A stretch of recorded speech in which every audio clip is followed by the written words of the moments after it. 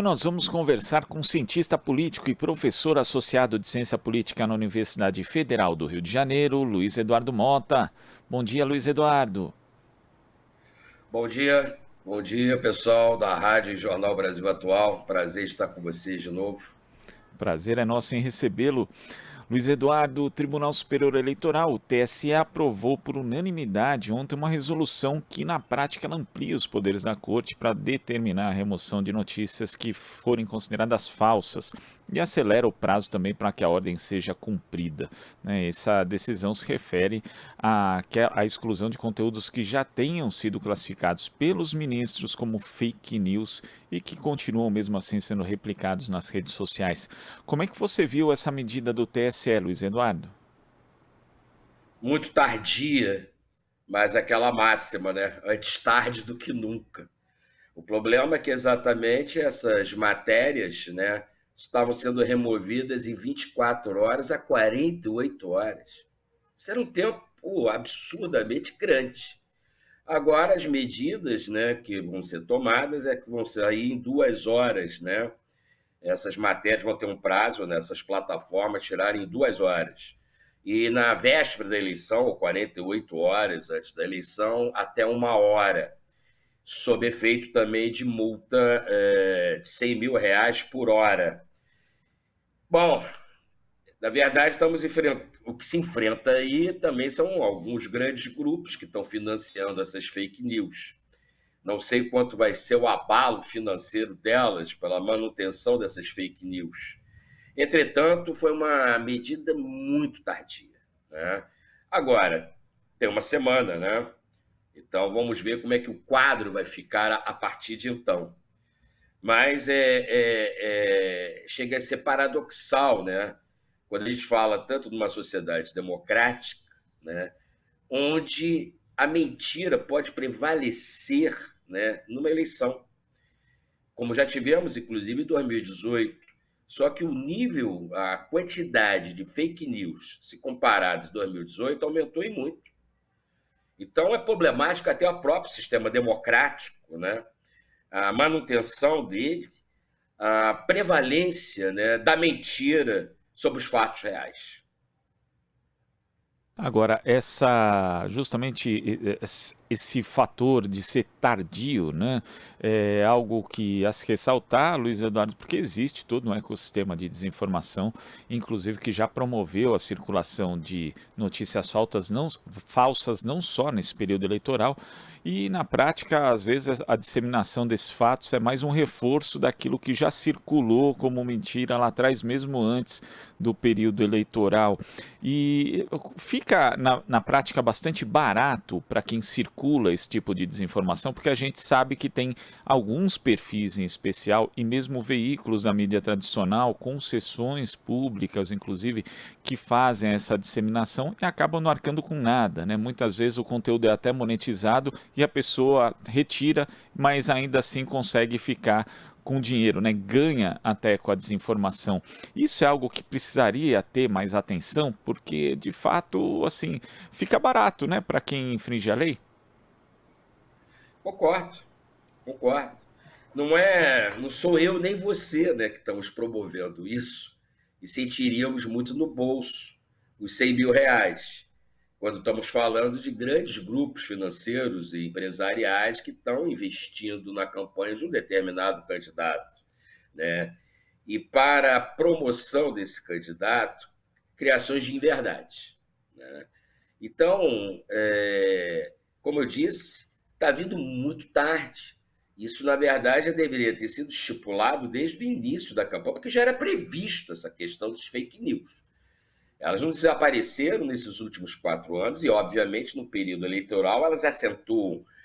Se comparado a 2020, foi há 2 anos atrás, também aumentou e muito, né? Porque faz parte de uma estratégia de desconstrução da imagem de um determinado candidato. E criam-se falsas notícias que sabemos que a materialidade delas é zero. Pensando aqui no caso do fechamento das igrejas. Sabemos que já em 2003, o ex-presidente Lula Lula tinha promovido uma legitimação de setores evangélicos, né? Depois, a Marcha com Cristo, em 2009. Entretanto, está sendo vinculada à torta e à direita, né? Literalmente à direita, né? É exatamente que ele iria fechar as igrejas, e grande parte do senso comum incorpora isso, né? A estratégia do presidente Bolsonaro, quando coloca em tela questões, por exemplo, da Nicarágua, cita abundantemente o Daniel Ortega, que chega até a ser interessante, porque a Revolução Nicaragüense, em 1979, quando vitoriosa, quando derrubou a ditadura do Somoza, né, uma ditadura classificada como sanguinária, com direito, inclusive, à morte de um jornalista estadunidense, em frente às câmeras, né, a execução dele, o que levou a uma oposição do governo Carter, inclusive ao governo Somoza, teve a participação muito ativa da Igreja Católica, tá, naquele processo revolucionário. Cito aqui, inclusive, o recentemente falecido, há poucos anos, o padre Ernesto Cardenal. Entretanto, o Bolsonaro usa e abusa o exemplo da Nicarágua. Mas grande parte da população, dos seus seguidores, no caso, né, do seu eleitorado, desconhece o que veio a ser a Nicarágua, ou grande parte do senso comum, eu diria, desconhece o que está acontecendo na Nicarágua, o que é a Nicarágua. Agora, fechamento de igreja, essa ameaça, já tem um efeito simbólico e material muito concreto, né? Inclusive, quando uma amiga minha, né, divulgou um vídeo sobre aquele encontro do Lula em 2003 com os pastores do Reino Universal e de outras igrejas, inclusive o Magno Malta estava presente, o relato dela foi muito interessante, que quando ela jogou no grupo de evangélicos, disseram que aquilo era fake, aquilo era uma mentira. Ou seja, não se dão nem ao trabalho, né, de pesquisar com mais profundidade os fatos. As pessoas estão assimilando exatamente aquela forma, né, sem procurar o conteúdo interno daquela forma. Então, as mentiras prevalecem para boa parte do segmento da população aqui do Brasil. Não somente do Brasil, também podemos pensar em várias formações sociais, pensando aqui, inclusive, nos Estados Unidos, tá? Uma formação social, economicamente muito mais sólida e forte, e militarmente também, do que o Brasil, né? Onde também uma tradição da democracia é muito mais cristalizada. Quando eu falo democracia, democracia moderna, né, com as instituições funcionando. Mas aqui há uma fragilidade de todo o nosso processo de construção de um modelo de democracia republicana, desde a sua fundação no final do século XIX, como atravessou todo o século XX, com várias intervenções político-militares, né, para a ruptura do processo democrático. E as mentiras hoje, obviamente que mentiras existiam no passado. Talvez muitos não se lembrem do Amaral Neto, jornalista Amaral Neto, ligado ao DN, da extrema-direita, dentro do campo denista. Inclusive o próprio Carlos Lacerda, que não era nem um pouco suspeito, chamava ele de amoral nato, porque ele criava exatamente fotomontagens, mentiras, vinculando isso à circulação para depreciar determinados candidatos. Obviamente que essa coisa no mundo virtual, né, com a tecnologia de informação, isso acentuou e muito, né, comparado ao passado. Então, a velocidade que nós temos para responder uma mentira, nesse espaço de tempo, pode não surtir nenhum efeito.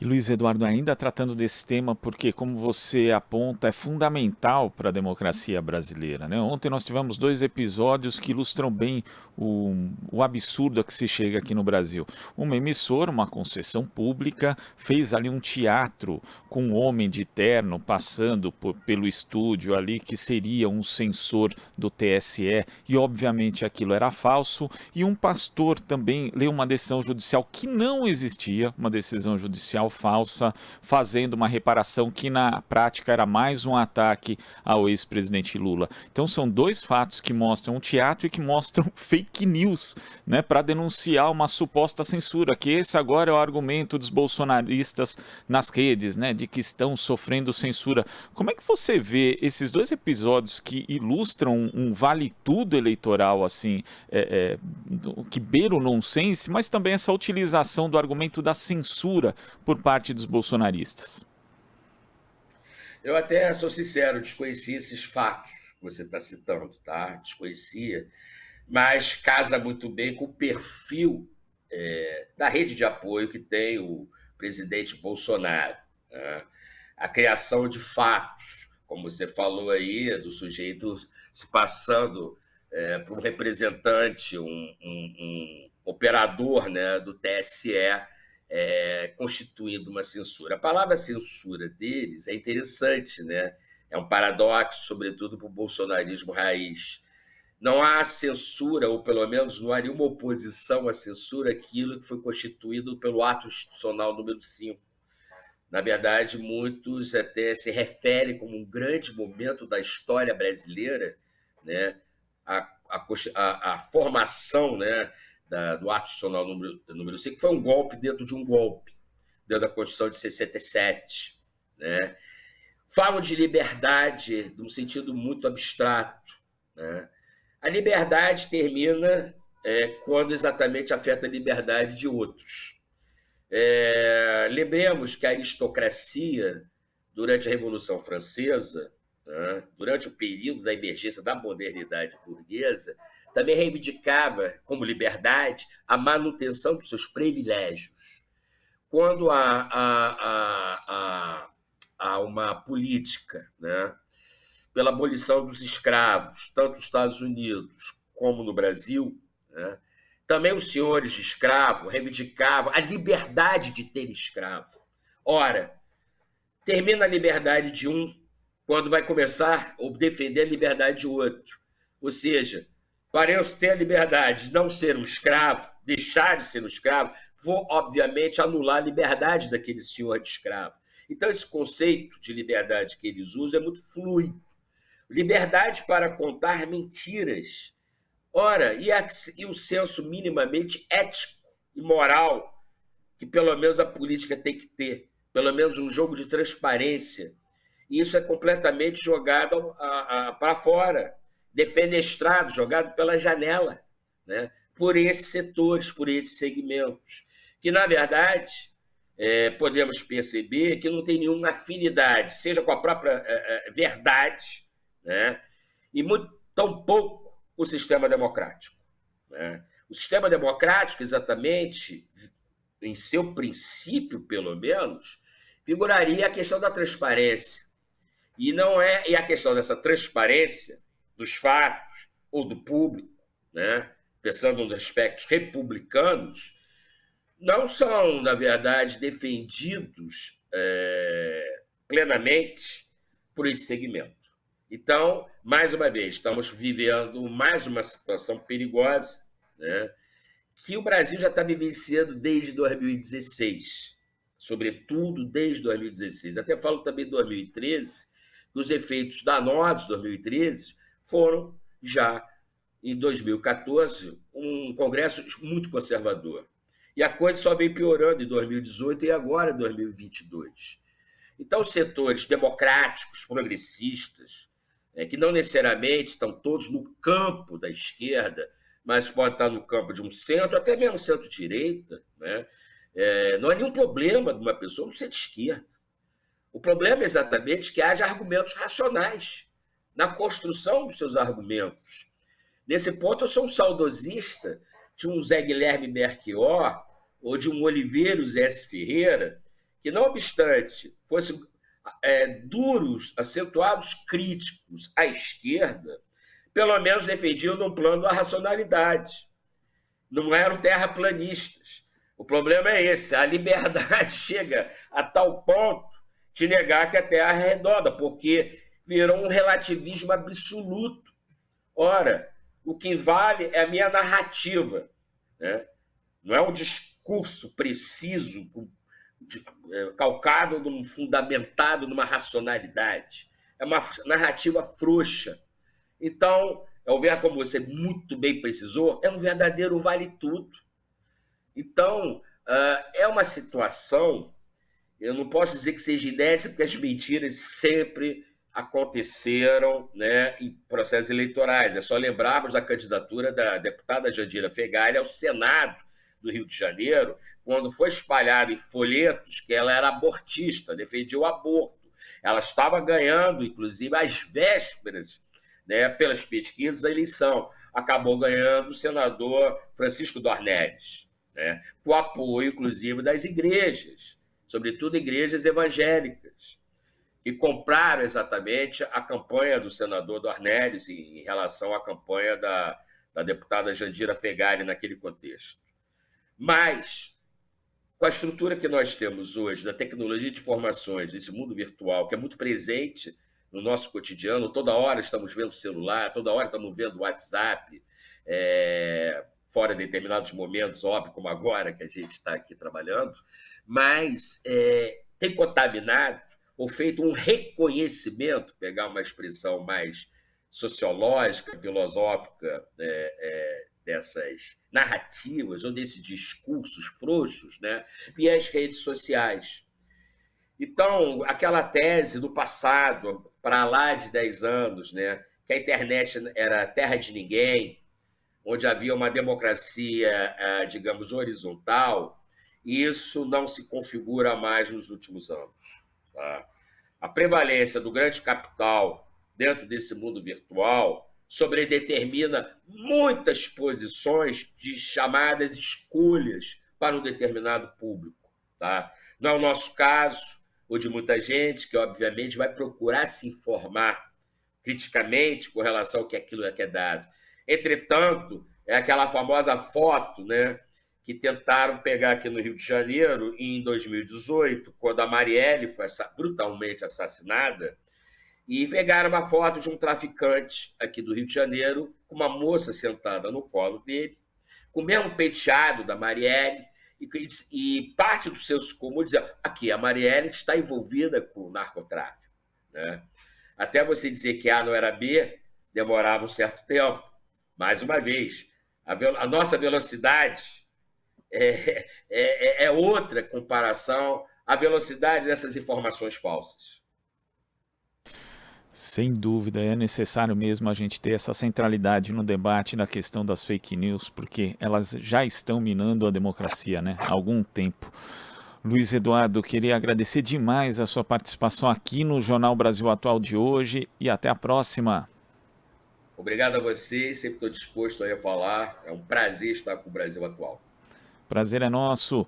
Conversamos aqui com o cientista político e professor associado de Ciência Política na Universidade Federal do Rio de Janeiro, Luiz Eduardo Mota.